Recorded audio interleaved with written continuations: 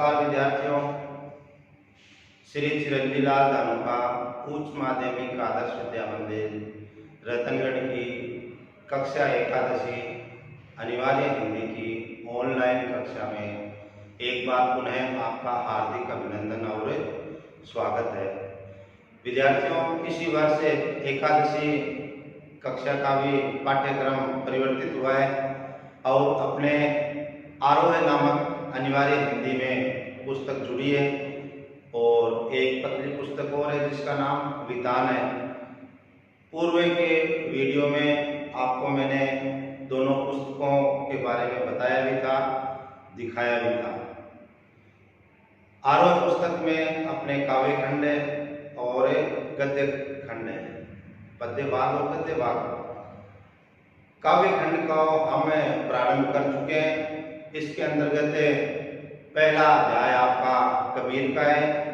कबीर के बारे में पुनः आपको सामान्य से जानकारी देते हुए अपने कबीर का जो दूसरा पद है उसकी आज से प्रसंग व्याख्या पढ़ेंगे। विद्यार्थियों, कबीर निर्गुण ब्रह्म के उपासक थे। वो मूर्ति पूजा और विभिन्न देवी देवताओं की पूजा अर्चना करना, आराधना करना, इनमें विश्वास रखने वाले नहीं थे। वो एकेश्वरवाद के समर्थक थे। कबीर का जन्म वाराणसी के लहरतारा नामक स्थान पर 1398 ईस्वी में हुआ।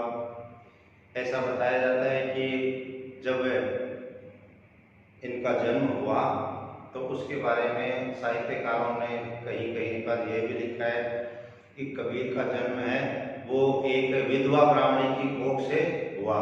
उस विधवा ब्राह्मणी ने समाज की लोक लाज से बचते हुए कबीर को एक घास फूस का टोकरा लिया और उसके अंदर डाल करके वो नदी में बहा दिया।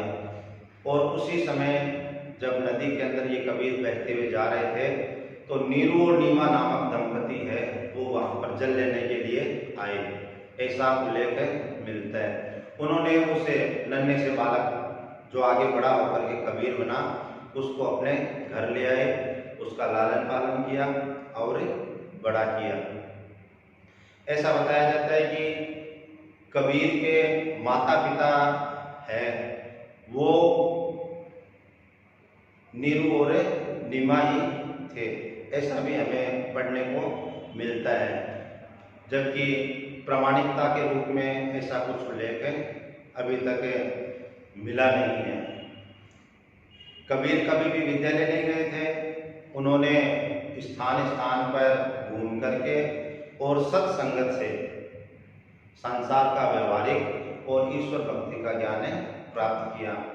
रामानंद नाम के एक गुरुजी थे इन्होंने इनको भक्ति का मार्ग दिखलाया। ऐसा बताया जाता है कि कबीर की पत्नी का नाम लोई था और इनके एक पुत्र और पुत्री भी हुए थे। पुत्र का नाम कमाल और पुत्री का नाम कमाली मिलता है पढ़ने के लिए। विद्यार्थियों, इनका एक शिष्य धर्मदास था जिसने बीजक नामक रचना के अंतर्गत इनकी जो भी रचनाएं इन्होंने लिखी उनको संग्रहित किया।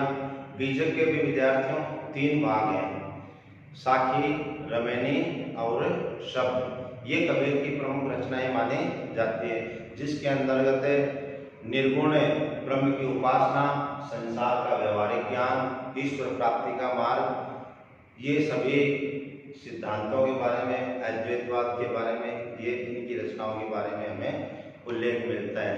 तात्कालीन समाज के अंदर प्रसिद्ध धार्मिक तीर्थ स्थलों पर जो व्यक्ति अपने प्राणों का त्याग करता है उसे सीधा मोक्ष मिलता है। इस किंवदंती को भी कबीर ने, इस मिथक को उन्होंने लोगों के सामने तोड़ते हुए स्वयं काशी में रहते थे, परंतु मगहर नामक एक स्थान है जो धार्मिक दृष्टि से प्रसिद्ध नहीं था, वहां जाकर के उन्होंने अपने प्राणों का त्याग किया। लोगों को यह संदेश दिया कि मगहर में भी मरने वाला व्यक्ति स्वर्ग के अंदर जा सकता है यदि उसने जीवन भर श्रेष्ठ कर्म किए हैं तो। इस प्रकार से विद्यार्थियों कबीर की जीवन यात्रा चली।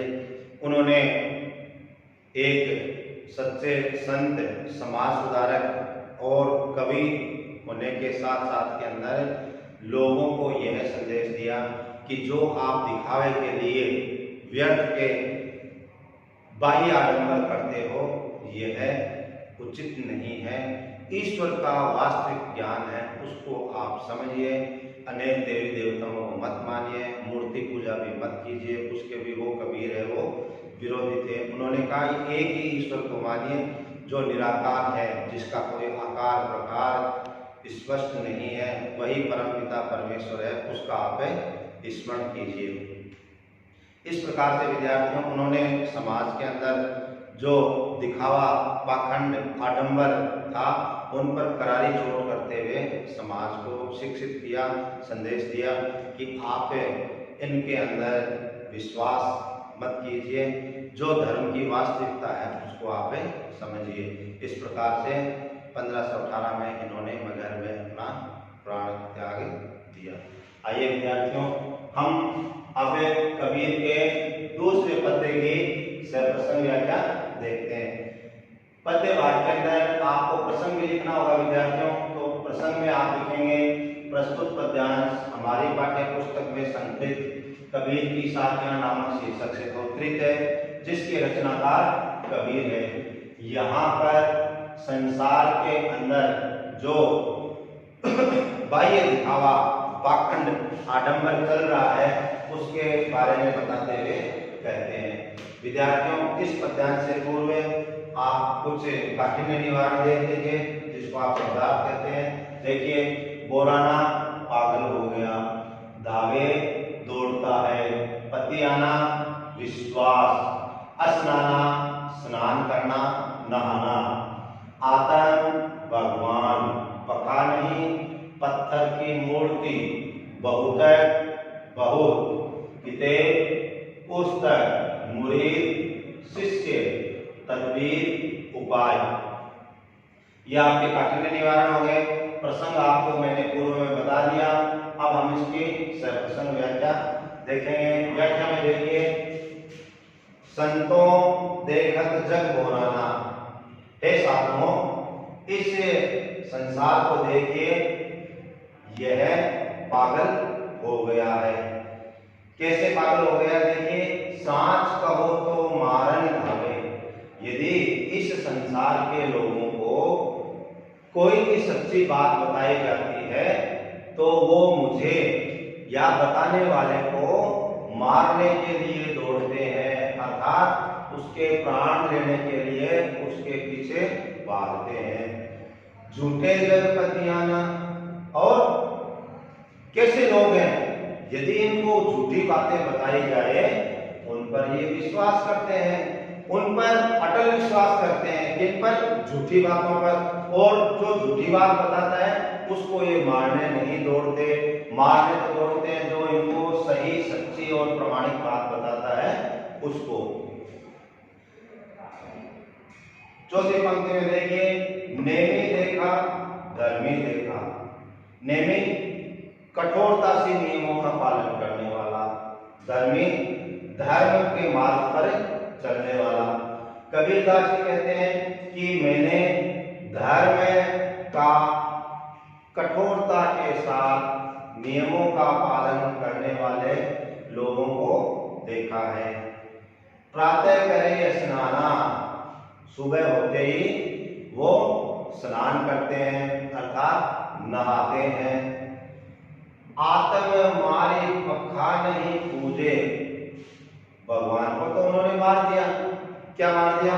खुद के अंदर परमात्मा का अंश है उसको उन्होंने मार दिया।